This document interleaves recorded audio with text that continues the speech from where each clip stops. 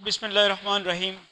Viewers, हम simultaneous equation solve कर रहे हैं और सिस्टम ऑफ इक्वेशंस में हम देखते हैं कि दो वेरिएबल्स की इक्वेशंस हम सॉल्व कर रहे हैं।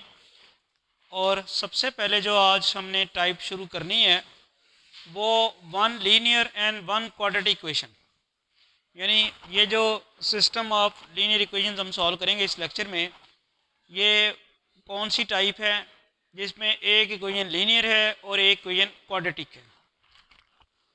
पहले तो देखें x plus y is equal to 5, एक इक्वेशन ये है जिसमें दो वेरिएबल्स हैं, एक x और एक y। और x square plus 2y square is equal to 17, इसमें भी दो वेरिएबल्स हैं। ये इक्वेशन जो है लीनियर इक्वेशन है क्योंकि x की पावर भी 1 है, y की पावर भी 1 है और x और y की प्रोडक्ट भी मौजूद नहीं है। और ये इक्वेशन कौन सी है? ये क्वाड्रेटिक है। अभी तक जो आपने क्वाड्रेटिक इक्वेशन पढ़ी थी वो आपने सिंगल वेरिएबल में पढ़ी थी, अब एक से ज़्यादा वेरिएबल्स में भी क्वाड्रेटिक इक्वेशन आप पढ़ रहे हैं। x की पावर 2 है, y की पावर 2 है। तो ये टाइप कौन सी है? One linear and one quadratic equation. Exercise 4.8 का क्वेश्चन नंबर 2 सॉल्व करने का क्या तरीका है, पिछले लेक्चर में हमने डिस्कस किया कि जो लीनियर इक्वेशन है वहाँ से एक वेरिएबल की वैल्यू हम निकाल लेंगे। लीनियर इक्वेशन कौन सी है? x plus y is equal to 5। इसमें से या तो आप x की वैल्यू निकाल लें या y की वैल्यू निकाल लें, आपकी मर्ज़ी है। तो मैं इक्वेशन नंबर 1 जो है यहाँ से अगर y की वैल्यू निकालूँ तो आएगी 5 माइनस एक्स। इससे मैं इक्वेशन नंबर 3 कह देता हूँ। इक्वेशन नंबर 1 से y की वैल्यू निकाली, y 5 माइनस एक्स, उसे मैं इक्वेशन 3 कह देता हूँ। ये वाली वैल्यू जो आई है इसको इक्वेशन नंबर 2 में पुट करें तो putting this value of y in equation number 2, 1 से निकाली है और इक्वेशन 2 में पुट करनी है। क्या होगा? एक्स स्क्वायर प्लस 2, वाई की वैल्यू क्या है? 5 माइनस एक्स। अगर आपको किसी को समझ ना आए तो आप पूछ सकते हैं, बताएं ज़रा, समझ आ रही भला? जो लीनियर इक्वेशन थी ये वाली, यहाँ से अपने वाई की वैल्यू निकाली, वो बन गई 5 माइनस एक्स और यहाँ पुट कर दी। एक्स को नहीं छेड़ा, एक्स स्क्वायर ऐसे ही 2, और जहाँ वाई स्क्वायर था वाई की जगह आपने पुट किया 5 माइनस एक्स और स्क्वायर अपनी जगह पड़ा। अब हमने सिर्फ इसको सिंप्लीफाई करना है और ये एक क्वाड्रेटिक इक्वेशन बनेगी एक्स में, वहाँ से एक्स की वैल्यूज निकालेंगे। यहाँ क्या करेंगे आप? ए माइनस बी स्क्वेयर का फॉर्मूला ओपन कर लेंगे। ए माइनस बी स्क्वेयर का फॉर्मूला क्या बनेगा? X square plus 2। जी, ए माइनस बी स्क्वेयर का फॉर्मूला याद है किसी को? ए माइनस बी स्क्वेयर किसके बराबर होता है? A square plus b square minus 2ab, ये फॉर्मूला है। आप इस 5 को ए समझ लें और एक्स को बी समझ लें तो क्या फॉर्मूला होगा? 5 square plus x square minus 2 into 5 into x, और 17 तो एज इट इज रहेगा ये वाला, ठीक है। ये बना एक्स स्क्वेयर प्लस 2, 5 स्क्वेयर क्या आ जाता है? 25 plus x square 2 into 5 10 minus 10 x is equal to 17। Simplification करते हैं इसकी। एक्स स्क्वेयर 2 इंटू 25 क्या हो जाएगा? 50। 2 into x square 2x square, 2 into minus 10 minus 20x is equal to 17। ये बात क्लियर हुई? अब ये वाला एक्स स्क्वेयर और ये वाला एक्स स्क्वेयर मिलके क्या होगा? 3x स्क्वेयर, फिर माइनस 20x, फिर प्लस 50, और ये 17 आप लेफ्ट साइड पे ले आए, 17 आप लेफ्ट साइड पे ले आए और राइट साइड पे क्या जाता है? 0। ये भी क्लियर हुआ बात? अब आप देखें ये बनता है 3x स्क्वेयर माइनस 20x, 50 में से 17 अगर निकालें तो क्या होगा? 33। तो ये आ जाएगा प्लस 33 इज इक्वल टू 0। यहाँ तक को प्रॉब्लम तो नहीं? 50 17 जब निकालेंगे तो ये 50 माइनस 17 33। नेक्स्ट क्या करेंगे, इसकी फैक्टराइजेशन करनी है। क्या फैक्टराइजेशन हो जाएगी? 33 को अगर आप 3 से मल्टीप्लाई कराएं तो 99 आता है। 99 के फैक्टर्स बनते हैं 11 और 9, -11 एंड -9, वो -20 बन जाएगा। तो ये फैक्टर्स बेस के क्या बने, 3x² -11x -9x + 33 = 0। ठीक है जी, उससे फ़र्क नहीं पड़ेगा। अगर आप -9 पहले लिख दें और -11 बाद में लिख दें, कोई फ़र्क नहीं पड़ेगा। लेकिन एक स्टैंडर्ड फॉर्मेट जो है उसमें आप बड़ी वैल्यू जो है पहले लिख दिया करें जिसकी मैग्नीट्यूड बड़ी है। वैसे तो -9 बड़ा है, -11 छोटा है, लेकिन उसकी एब्सोल्यूट वैल्यू जो है वो 11 है और उसकी 9 है, तो वो यूजुअली आप इस तरह लिखते हैं, otherwise that makes no difference, जैसे मर्जी करें। यहाँ क्या आएगा आपके पास, x कॉमन आएगा इन दोनों में से, बाकी क्या आ जाएगा 3x -11। यहाँ क्या आएगा, -3 कॉमन आएगा, 3x -11 = 0। इन दोनों में से x कॉमन आ गया, 3x -11, इन दोनों में से -3 कॉमन आ गया, वो 3x -11 आ गया। तो ये आता है x - 3 × 3x -11 = 0। x - 3 × 3x -11 = 0।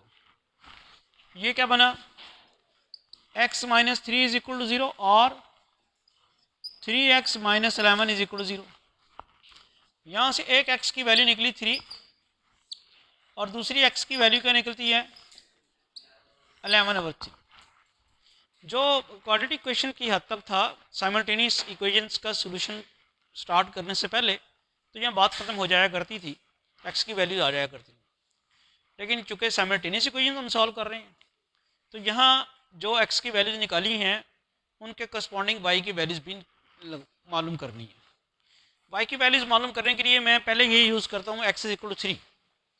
x = 3 put करूँगा इक्वेशन नंबर 3 में, तो y की वैल्यू निकलेगी। बात फॉलो कर रहे हैं? यहाँ हमने दो वेरिएबल्स की वैल्यूज निकाली, x की भी और y की भी। x की दो आई है ना, एक पहले बारी बारी पुट करते हैं। तो हम करते हैं putting x = 3 in equation number 3। इस इक्वेशन में x की जगह 3 पुट करें। इक्वेशन है y = 5 - x, x की जगह मैं 3 पुट करूंगा, वो क्या आ जाएगा 2। और जो अब ये याद रखें, अब जो सोल्यूशन लिखना है, पहले भी मैंने बताया आपको पिछले लेक्चर में, इसको ऑर्डर पेयर की फॉर्म में लिखना है। आपने x क्या पुट किया था 3 और y की वैल्यू क्या आई है 2। इस तरह लिखने को हम कहते हैं ऑर्डर पेयर। ब्रैकेट ये यूज़ करनी है और हमेशा पहले आपने x की वैल्यू लिखनी है और बाद में y की वैल्यू लिखनी है। ये ऑर्डर पेयर में से जो एलिमेंट्स हैं ये रिवर्स नहीं करने, पहले x की बाद में y की। हमेशा ये एक स्टैंडर्ड फॉर्मेट है सॉल्यूशन सेट लिखने का in terms of order pair. तो आपने x की वैल्यू 3 लिखी, उसके करस्पॉन्डिंग y की 2 आई थी, तो y की 2 आ गई। अगला काम क्या है, x की एक वैल्यू आई हुई 11/3, इसको भी पुट करना है इक्वेशन नंबर 3 में y की वैल्यू मालूम करने के लिए। तो अब आप करेंगे पुटिंग x = 11/3 इन 3। ये अगर आप 3 में पुट करते हैं, y की वैल्यू क्या आती है 5 - 11/3। इसका एलसीएम लेंगे आप, इसका एलसीएम क्या आएगा 3 × 5 15 - 11। y की वैल्यू फिर क्या आ जाती है जी बताएंगे, y की वैल्यू आ गई 4/3। अब हमने सॉल्यूशन की फॉर्म में कैसे लिखना है, x की क्या वैल्यू पुट की थी, x की वैल्यू पुट की थी हमने 11/3।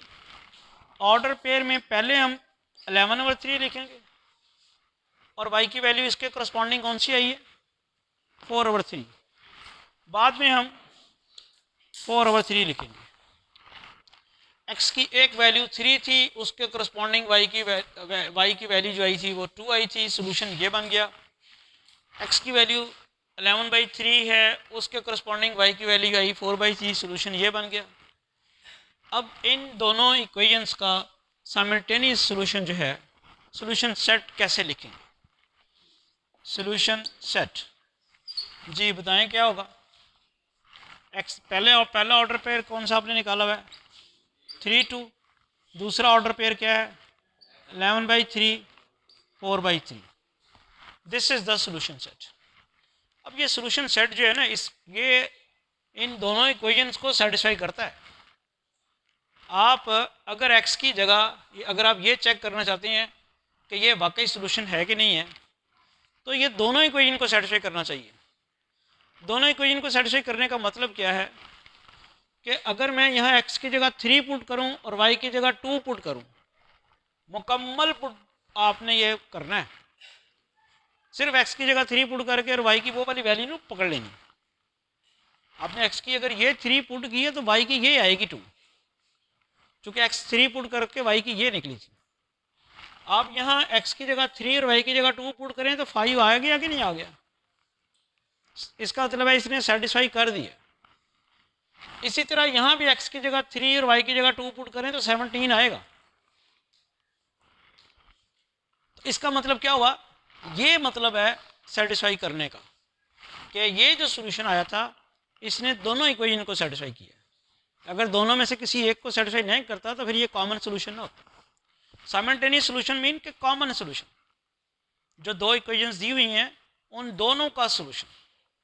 इसी तरह आप ये भी करके देख लें, एक्स की जगह 11/3 इसमें पुट करें और साथ ही साथ 4/3 इसमें पुट करें तो बनेगा 15/3। 15/3 का मतलब क्या होगा, 5 आ गया ना, 5 के बराबर। तो इसका मतलब क्या हुआ कि ये जो सोल्यूशन आया हुआ था 11/3 और 4/3, इसने ये पहली वाली इक्वेशन को सेटिस्फाई कर दी है। इसको यहाँ भी पुट करके चेक कर लें, 17 ही आएगा। तो क्या आपको इस कॉन्सेप्ट का पता चला कि साइमल्टेनियस इक्वेशन से क्या मुराद है और कैसे निकालते हैं? सबसे आसान क्वेश्चन यही होता है जिसमें एक लीनियर इक्वेशन हो।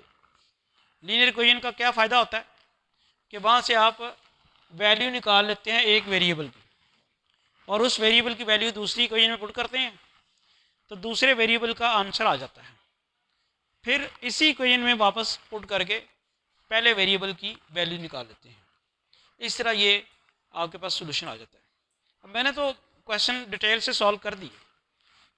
इस सिलसिले में आपके जहन में कोई क्वेश्चन है तो बताएं जी। सबको समझ आ गई? तो नेक्स्ट क्वेश्चन करें।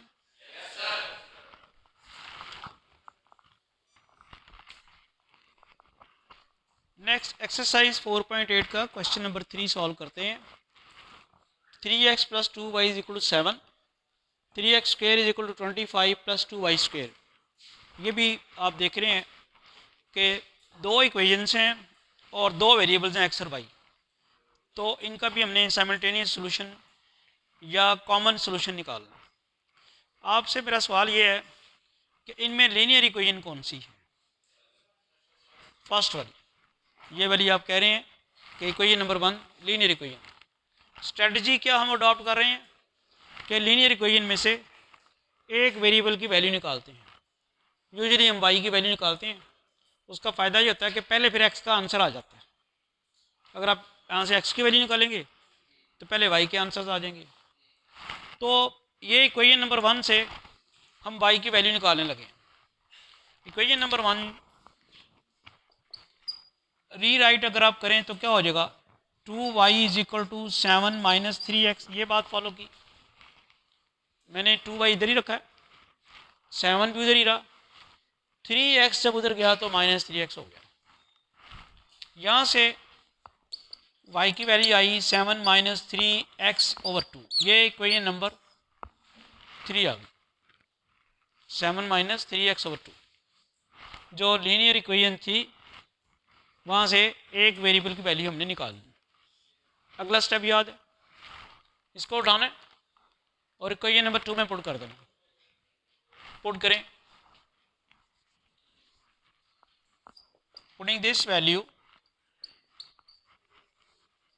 ऑफ y इनटू क्या आ जाएगा, 3x² is equal to 25 plus 2, y की वैल्यू पुट करनी है जो कि है 7 माइनस 3x/2²। ठीक है, वाई की वैल्यू पुट कर जी, आ गया 3x² is equal to 25 plus 2, इधर क्या बनेगा वैसे 7 माइनस 3x² और 2 का स्क्वायर क्या हो जाएगा 4। Next 3x² is equal to 25, ये 2 इसको कैंसिल कर देगा, 4 2 रह जाएगा। और ऊपर आप 7 माइनस 3x जो है उसे एक दफ़ा फिर a माइनस बी के स्क्वायर का फॉर्मूला लगा लें। क्या बनेगा 7² minus 2 into 7 into 3x plus 3x² और डिनोमिनेटर में आपको पता है 2 रह जाएगा, 4 से कट। अब फर्दर सिंप्लीफिकेशन करते हैं, 3x² is equal to 25 plus 7² बनता है 49 माइनस 14 14 3 ज़ार 42 माइनस 42x और ये क्या बनता है 9x² ओवर 2। ठीक है जी, अब मैं राइट हैंड साइड का ज़रा एलसीएम ले लेता हूँ। राइट हैंड साइड का एलसीएम लेने के बाद क्या रिज़ल्ट आएगा, ये बना जी 3x² और एलसीएम आया 2, वो 4 की जगह 2 इस तरह आया कि ये 2 पर पड़ा हुआ था ना, इस 2 ने 4 को काटा तो 2 रह गया, इसलिए ये 2 रह गया। अब इस 2 और इस 1 का एलसीएम लेंगे तो 2 आएगा, तो 25 को 2 से मल्टीप्लाई कराना पड़ेगा ना फिर। अब तो आ जाएगा 25 इंटू 2 प्लस वो वाली सारी जो टर्म है आ जाएगी 49 माइनस 42x प्लस 9x²। ठीक है जी, इन दोनों का एलसीएम 2 आया और 25 को 2 से मल्टीप्लाई करा दिया। फिर आप इस 2 को इस 3x² से मल्टीप्लाई कराएंगे तो क्या आएगा 2 into 3x², right hand side पे क्या आ जाएगा 25 इंटू 2 50, ये क्या बनेगा 49 माइनस 42x प्लस 9x²। ये भी बात क्लियर होगी। फर्दर सिंप्लीफिकेशन करते हैं तो 2 इंटू 3 6x² और ये क्या बनेगा 99, यहाँ क्या बनेगा माइनस 42x प्लस 9x²। मैं 6x² को भी इधर ही ले आता हूँ, तो ये बनेगा 0, ये आ गया 9x² minus 6x² minus 42x plus 99। ये बात फॉलो कर ली है। 9x² राइट हैंड साइड पे था, मैंने राइट हैंड साइड पे लिखा। 6x² जो है वो लेके आ गया हूँ राइट हैंड साइड पे, माइनस 6x² हो गया। माइनस 42x अपनी जगह ही पड़ा हुआ है, 99 भी अपनी जगह ही है। अब मैं इसको इस तरह लिख सकता हूँ 9x² माइनस 6x² क्या होगा 3x² और minus 42x plus 99 is equal to 0। ये बात ध्यान में रहे कि ये सारी चीज़ मैं लेफ्ट हैंड साइड पे नहीं लेके आया, रिवर्स कर दिया उसको। वो सारी 0 के बराबर थी तो उसको लिख दिया 0 के इक्वल। यहाँ से मुझे ये लग रहा है कि 3 हम कॉमन ले सकते हैं, minus 14x plus 33 is equal to 0। 0 को 3 पे डिवाइड करें तो क्या आता है 0, तो x² minus 14x plus 33 is equal to 0। 11 और 3 इसके फैक्टर्स बनेंगे, माइनस 11 और minus 3। x² minus 11x minus 3x plus 33 is equal to 0। ये फैक्टर्स तो अब आपको आते हैं ना बनाने। 33 को आपने 1 से मल्टीप्लाई कराया, 33 हो गया, उसको डिवाइड किए वो 11 और 3, -11 और -3 मिल के बनते हैं -14, और -11 को -3 से मल्टीप्लाई कराएं तो 33। अब इन दोनों में से क्या चीज़ कॉमन निकलती है? x कॉमन निकलता है, x -11। यहाँ से -3 कॉमन निकलता है, x -11। इन दोनों में से x -11 कॉमन निकलता है, x -3 into x -11 is equal to 0। यहाँ से क्या हुआ? x -3 इज इक्वल टू 0 और x -11 इज इक्वल टू 0। एक x की वैल्यू आ गई है 3 और एक x की वैल्यू आ गई है 11। अगला स्टेप क्या करना है? यहाँ स्टॉप नहीं कर देना, ये तो भी x की वैल्यूज आई हैं, y की वैल्यूज अभी निकालनी है। तो ये x की वैल्यू जो 3 एक आई है, इसको इक्वेशन नंबर 3 में पुट करें और देखें y की क्या वैल्यू निकलती है। पुटिंग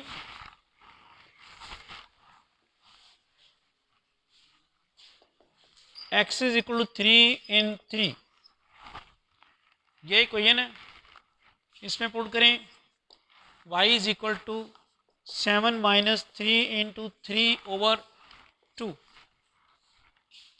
मैंने x की जगह 3 पुट किया, क्या बनेगा ज़रा देखें।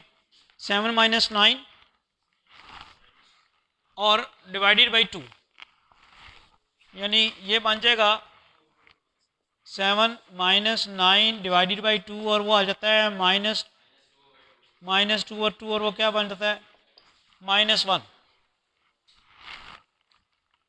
x की क्या वैल्यू पुट करने से y की वैल्यू -1 आई है?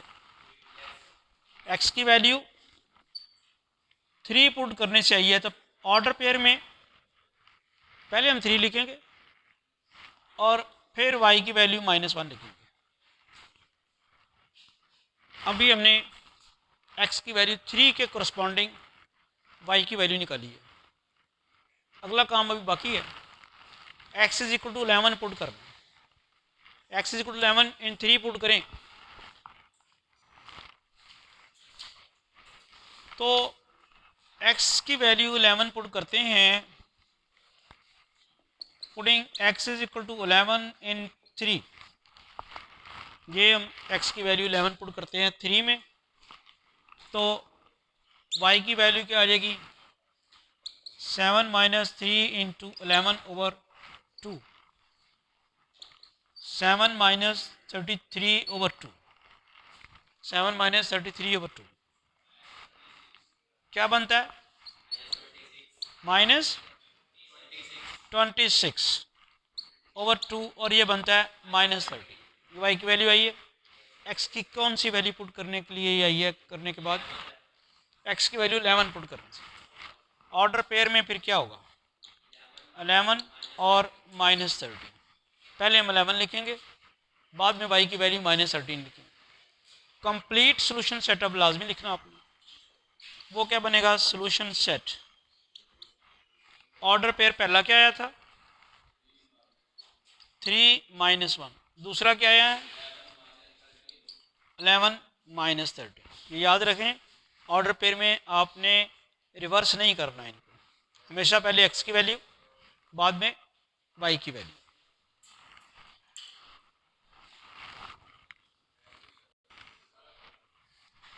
अच्छा, ये जो आप कह रहे हैं ना कि वो ये एक ऑब्जेक्टिव है लेक्चर्स रिकॉर्ड करके उसको अपलोड करने का, मैं तो कोई ऐसा कोई सेटअप नहीं बनाया हुआ, ना कोई स्टूडियो है ना कुछ है। आप देखते हैं कि जैसे बाज़ का तो हमारी लाइट नहीं होती क्लासरूम में, तो वो वैसे ही जो भी लेक्चर हम पढ़ा रहे होते हैं वो वैसे ही अपलोड हो जाता है। मकसद सिर्फ ये है कि पता नहीं अब दोबारा लेक्चर डिलीवर होंगे कि नहीं होंगे। पहले ही मेरे पास ना फर्स्ट ईयर बहुत टाइम के बाद आई है, बहुत देर के बाद, बहुत अरसा ही हो गया मुझे फर्स्ट ईयर मेरे पास कभी आई नहीं। मेरे पास आमतौर पे एमएससी के लेक्चर होते हैं, क्लासेस होती हैं, और आपने देखा भी होगा चैनल में ज़्यादा वही लेक्चर्स अपलोड हुए हैं। तो फर्स्ट ईयर के तो लेक्चर्स अब आपको आपकी क्लास पढ़ाना शुरू की है तो फर्स्ट ईयर आई है। तो जब लहदा से फर्स्ट ईयर के लेक्चर पढ़ाना मुमकिन ही नहीं है कि मैं लेक्चर पढ़ा रिकॉर्ड करके तो उसको अपलोड करूँ। तो यही एक मौका है कि जब लाइव क्लास हमारी चल रही है तो उसमें लेक्चर्स मैं रिकॉर्ड कर देता हूँ और वो अपलोड हो जाते हैं। पता नहीं अब दोबारा फर्स्ट ईयर पढ़ाने का टाइम मुझे मिलना है कि नहीं मिलना चांस। तो बहुत सारे दोस्त अहबाब हमारे अपने कोलीग्स जो हैं वो इस्तेफ़ादा हासिल करने के लिए जब तशरीफ़ लाते हैं कि बच्चा है इसको फ़र्स्ट ईयर की ये चीज़ पढ़ानी है, तो मेरे लिए बड़ी आसानी हो जाएगी कि मैं कहूँगा भी मुझसे पढ़ना है तो ये देख लें भी यहाँ पे जाके आप पढ़ लें, अगर फिर भी कोई इशू है तो मेरे साथ डिस्कस कर लें आप। तो ये अब मुमकिन नहीं शायद हो दोबारा कि हम फर्स्ट ईयर की क्लास इस तरह दोबारा मैं कभी मीट कर सकूँ, तो इसलिए ये किया जा रहा है। बाकी जो आप बात कर रहे थे लाइक करें वो पता नहीं क्या कहते हो जी, वो कह रहे होते तो वो मेरा वो टारगेट नहीं है। ठीक है, थैंक यू।